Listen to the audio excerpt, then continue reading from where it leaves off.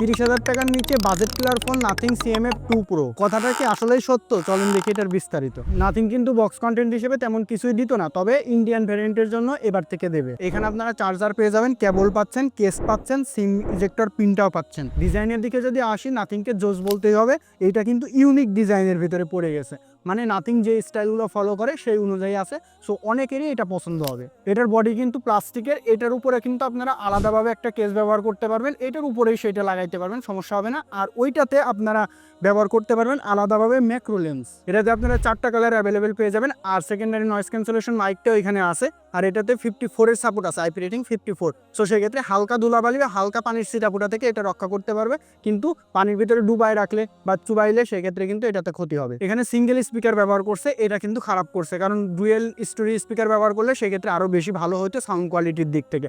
তবে একটা বিষয় খারাপ করছে, কিন্তু বাকিগুলা অনেক কিছুই ভালো আছে। এখানে ডিসপ্লেতে 6.77 ইঞ্চির একটি ডিসপ্লে ব্যবহার করছে, 120 হার্জের সাপোর্টের সাথে, 1080x2392 পিক্সেল, পান্ডা গ্লাসের সাপোর্টও আছে, amulet display, 1 billion colour support করে। সো সেক্ষেত্রে অনেক বেশি ভালো হবে। আর 1300 নিটস পর্যন্ত HBM মোডে আপনারা পেয়ে যাবেন, যেই কারণে আউটডোরে কোনো প্রকার সমস্যা হবে না, এমনকি একদম ডিরেক্ট সানলাইটেও কোনো প্রকার সমস্যা হবে না। HDR10 এর সাপোর্টও পাবেন। কালারগুলো একদম ক্লিন শার্প, একদম ফ্রেশ একটা কালার এইটা থেকে আপনারা পাবেন। এটার ডিসপ্লেকে টপের দিকে রাখা যায়। যদি 30,000 টাকার নিচে কোনো ডিভাইস আপনারা খুঁজতে যান যেটার ডিসপ্লে এটার সাথে কম্পেয়ার করবেন, এইটা হবে ফার্স্ট। তবে এটার কমতির দিক ডিসপ্লেতে একটু আছে, যে চিন এবং বেজেলসটা যদি আরেকটু ন্যারো করতো সেক্ষেত্রে আরেকটু ভালো হতো। ডিসপ্লেতে কিন্তু অপটিক্যাল ফিঙ্গারপ্রিন্ট সেন্সরটা পেয়ে যাচ্ছেন, যেটা একটু নিচের দিকে মনে হবে, আর একটু উপরে হলে সেক্ষেত্রে আরেকটু কমফোর্টেবল লাগতো। ক্যামেরাতে একদম খেলা দেখাই দিয়েছে। এই বাজেটে এইরকম ক্যামেরা সেটআপ কেউ দেবে না। এখানে 50 মেগাপিক্সেলের মেন ক্যামেরা, 50 মেগাপিক্সেলের টেলিফোটো লেন্স রয়েছে, আর 8 মেগাপিক্সেলের আলট্রা ওয়াইড ক্যামেরা রয়েছে, যেটার ছবির কোয়ালিটিকে আপনারা ওভারঅল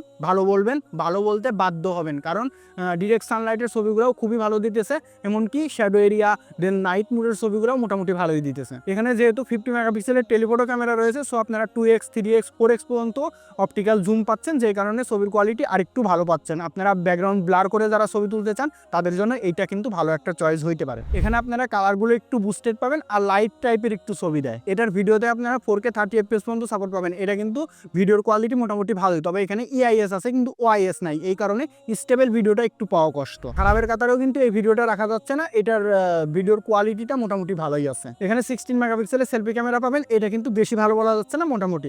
আর 4K এখানে সাপোর্ট পাবেন না, এখানে 1080p 60 FPS পর্যন্ত সাপোর্ট পাবেন। প্রসেসরের দিকে যদি দেখেন সেক্ষেত্রে বাজেট রেঞ্জ অনুযায়ী ঠিকঠাকই আছে, যে মিডিয়াটেকের ডায়মেনসিটি 7300 Pro চিপসেটটি ব্যবহার করছে, যে কারণে পারফরমেন্স এটা থেকে যে কম পাবেন তা না, পারফরমেন্স মোটামুটি ভালো পাবেন।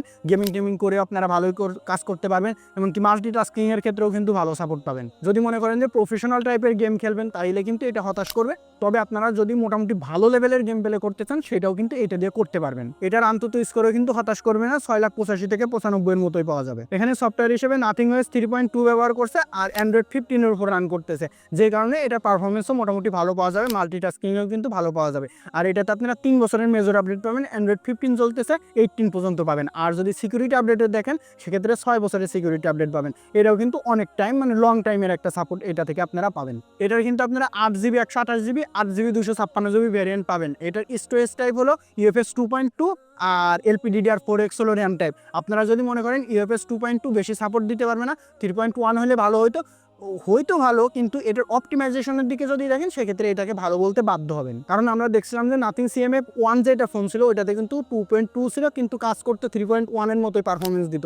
সো সেক্ষেত্রে এটাও কিন্তু হতাশ করবে না, আপনারা এটা থেকেও ভালো সাপোর্ট পাবেন। 5000 mAh এর ব্যাটারি পাচ্ছেন, আর 33 ওয়াটের চার্জার পাচ্ছেন। এটা চার্জ দিতে একটু বেশি টাইম লাগে, যে 1 ঘন্টা 20 থেকে 30 মিনিটের মতো। আর এটার সাপোর্ট যদি বলেন সেক্ষেত্রে মোটামুটি ভালো আছে, একদিন আপনারা অনায়াসে সাপোর্ট এটা থেকে পাবেন। ভিডিওর শেষ পর্যায়ে একটা কথাই বলবো, যাদের ইউনিক ডিজাইন পছন্দ, যাদের পারফরমেন্স পছন্দ, যাদের ক্যামেরা ভালো লাগবে, যারা ডিসপ্লে ভালো লাগবে, তারা এই ফোনটা অবশ্যই চয়েস করতে পারেন। তবে তাইলে কি এটার কোনো খারাপ দিক নাই? খারাপ দিক 1-2টা আছে, ওইটা গণ্য হিসেবে ধরা যায় না। যেমন সিঙ্গেল স্পিকার ব্যবহার করছে, এখানে যদি ডুয়েল স্পিকার ব্যবহার করতে সেক্ষেত্রে আরেকটু ভালো হইতো। তবে এইটার প্যাকেজকে খারাপ বলার কোনো প্রকার সুযোগ নাই, কারণ এটার প্রাইসটা কিন্তু 28,000 থেকে 29,000 এর মধ্যে। সো সেই ক্ষেত্রে এটার একটা ভালো প্যাকেজ হইতে পারে। আরও কয়েকদিন পরে দেখা যাবে প্রাইসটা আরও 1-2 হাজার টাকা কমে আসছে। সো সেই ক্ষেত্রেও কিন্তু অনেক বেশি ভালো হবে। এইটা 25,000-এর উপরে আর 30,000-এর নিচে কিন্তু এইরকম স্মার্টফোন পাওয়া খুবই কষ্ট। সো সেই ক্ষেত্রে আপনাদের এটা পছন্দের তালিকায় থাকতে পারে। আজকের মতো এই পর্যন্তই। ভিডিওটা কেমন লাগছে আমাদের কমেন্ট করে জানাতে পারেন, আর কমেন্টে জানাতে পারেন যে এই স্মার্টফোনটি আপনাদের কেমন লাগছে। আজকের মতো আল্লাহ হাফেজ।